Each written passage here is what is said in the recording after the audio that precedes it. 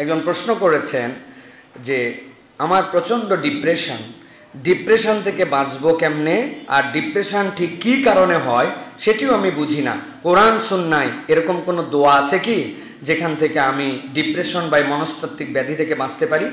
প্রিয় ভাইয়েরা, এই পৃথিবীতে এখন যত সমস্যা, এর মধ্যে একটা হিডেন কিলার, সেটা হচ্ছে আমাদের স্যাডনেস, আমাদের ডিপ্রেশন, আমাদের হতাশা।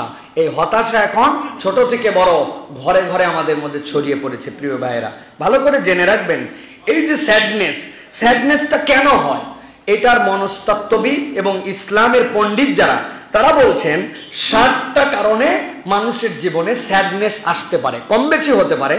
তবে বেসিক্যালি একটা মানুষের একাকিত্ব, অথবা একটা মানুষের অপমানবোধ, অথবা কারো মৃত্যুর শখ, বিশাল বড় একটা মৃত্যুর শখ সে পেয়েছে, অথবা ঔষধের প্রভাব, অথবা অর্থনৈতিকভাবে বিপর্যয়, অথবা সেক্সুয়াল তার দুর্বলতা, অথবা এই মানুষের দীর্ঘ অনিদ্রা এবং অনিয়ম।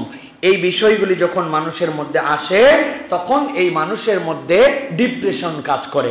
একই সাথে কেউ কেউ বলেছেন বংশগতভাবেও, জেনেটিক্যালিও অনেক মানুষ হতাশাপ্রবণ হয়, সেটা ভিন্ন, সেটার আলোচনা ভিন্ন। কিন্তু বেসিক্যালি এই যে একাকিত্ব, অপমানবোধ, ঔষধের ক্রিয়া, অথবা সেক্সুয়াল তার মধ্যে হতাশা, অথবা সে অর্থনৈতিকভাবে বেকার, অথবা সে তার ফিউচার প্ল্যানিং করতে পারছে না, অথবা দীর্ঘ অনিদ্রা, অনিয়ম, এইগুলার কারণে মানুষের হতাশা হয়। এখন আপনি উপরে উপরে ডিপ্রেশনের ওষুধ দেন, ঘুমা, খালি আরাম কর, তাকে উপরে উপরে কিছু কথাবার্তা বলেন, কিন্তু ওই বান্দার ভেতরটা আপনি ঠিক করেন না। এইটা হবে কিরকম? পায়ে ব্যথা পায়ে ডাক্তারের কাছে যেয়ে বলছেন যে আমার ব্যথা, ডাক্তার বলছে যেখানে লাগছে ওখানে মলম লাগাবেন দিনে 3 বার। ওই বেচারি 3 দিন পর পা এত বড় ফোলা নিয়ে আসছে। ডাক্তার বলে মলম লাগাননি? বলছে লাগাবো না মানে? ভ্যান ভাড়া করে মলম লাগাইছি। বলছে ভ্যান ভাড়া করে মানে? বলে আমি তো আম গাছ থেকে পড়ে যেয়ে আঘাত পাইছিলাম, আপনি বলছিলেন যেখানে আঘাত লাগছে ওখানে মলম লাগাতে, আমি ভ্যান গাছ তলায় এত কষ্ট করে মলম নিয়ে যাইয়া শিকড়ে লাগাইছে। এখন আম গাছের শিকড়ে যদি মলম লাগায় ব্যথা কমবে তো ভাই, না? তা আপনি এই রোগগুলার উপরের ট্রিটমেন্ট দিচ্ছেন, ভিতরের ট্রিটমেন্ট দিচ্ছেন না। ইসলাম ভিতরের ট্রিটমেন্ট দেয়। ইসলাম বলতেছে শিফাউল লিমা ফিস সুদূর, এই কোরআন তোমার জন্য মাউইজা এবং অন্তরের ডাক্তারি। আল্লাহর প্রথম ট্রিটমেন্ট দিয়েছেন আলা বিযিকরিল্লাহি তাতমাইন্নুল কুলুব, যেই অন্তর আল্লাহর জিকিরে সমৃদ্ধ, ওই অন্তরটা মুতমাইন। অন্তর ঠান্ডা না হলে বাহিরের ওষুধ দিয়ে ঠান্ডা করে লাভ নাই।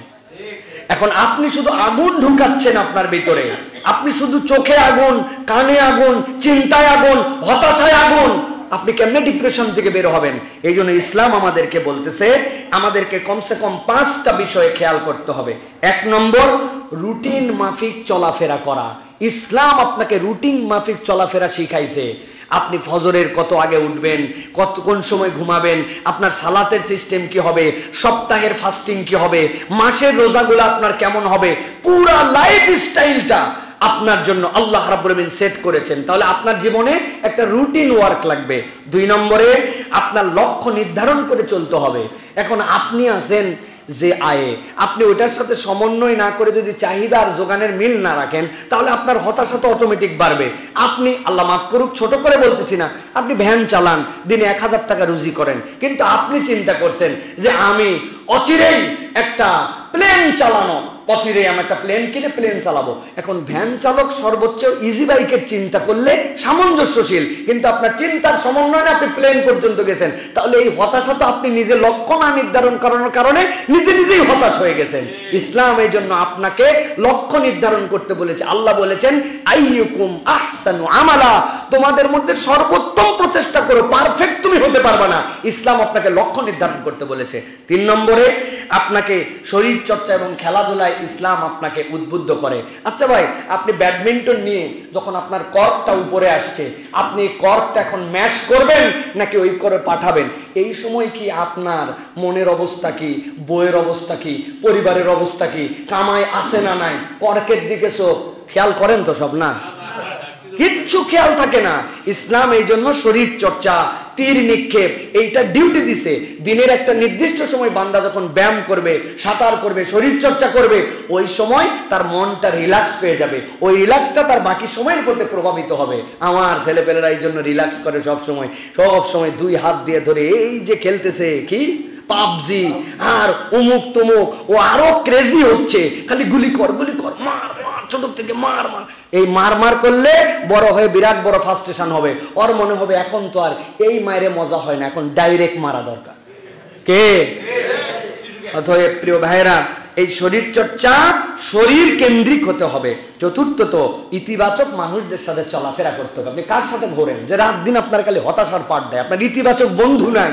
আপনার যেই বন্ধুটা আপনাকে ইতিবাচকতা শিখে, আরে আল্লাহর দুনিয়া অল্প একটু, এই দুনিয়ার পরে তোমার জন্য কত আরামের ব্যবস্থা আল্লাহ করছেন। কষ্ট তো মানুষই করে, তোমার আমার থেকে নবী কত কষ্ট করছে।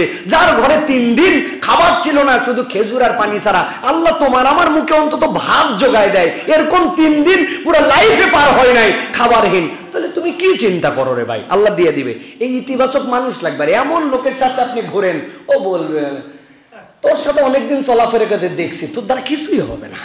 ওই লোক যাও একটু হওয়ার মতো মনে করছিল, ওর কারণে আরো শেষ, ঠিক কিনা? এই জন্য মানুষ কার সাথে মেশে এটা অত্যন্ত গুরুত্বপূর্ণ প্রিয় ভাইরা। 5 নম্বরে, আনন্দদায়ক কাজ করা। এটা আপনার হৃদয়ে হতাশা দূর করবে। আপনি খালি আপনার জন্যই চিন্তা করেন। আপনি চিন্তা করছেন একদিন বিকালে একটু সময় পাইছি, যাই তো একটু হাসপাতালে যাওয়ার সময় বেশি না 10টা খেজুর নিয়ে গেছি, 10টা রুগী দেখছি। আরে কতদিন শুয়ে আছেন? কই ভাই 2 মাস হলো এখনো হাসপাতাল থেকে যাওয়ার। আমি আপনার জন্য দোয়া করতেছি ভাই।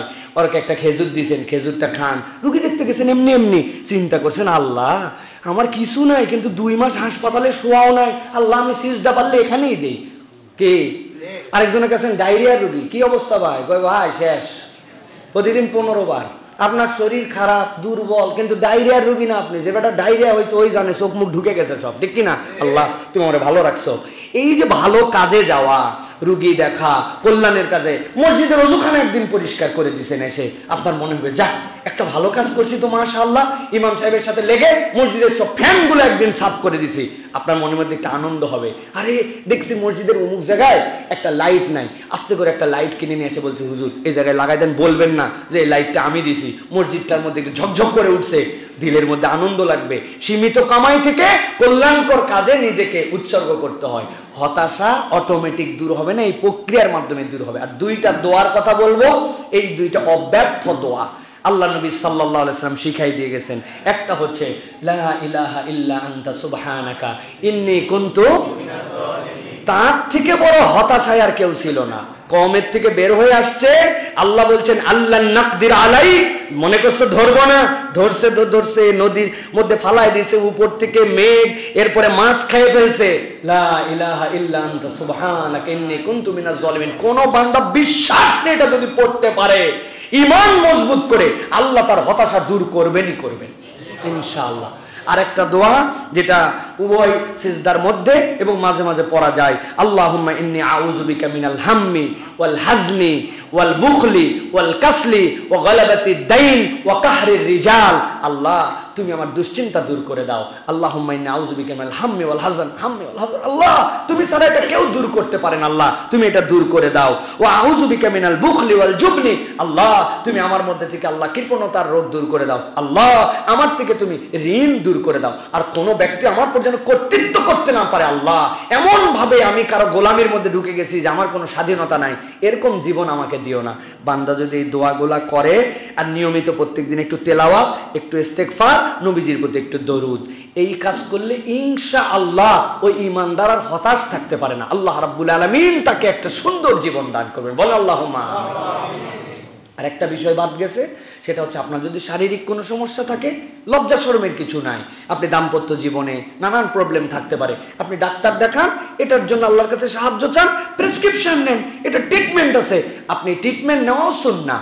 এই কাজগুলি করলে ইনশাআল্লাহ আল্লাহ রাব্বুল আমিন আমাদেরকে কল্যাণের উপর রাখবেন, বলেন আল্লাহুম্মা আমিন।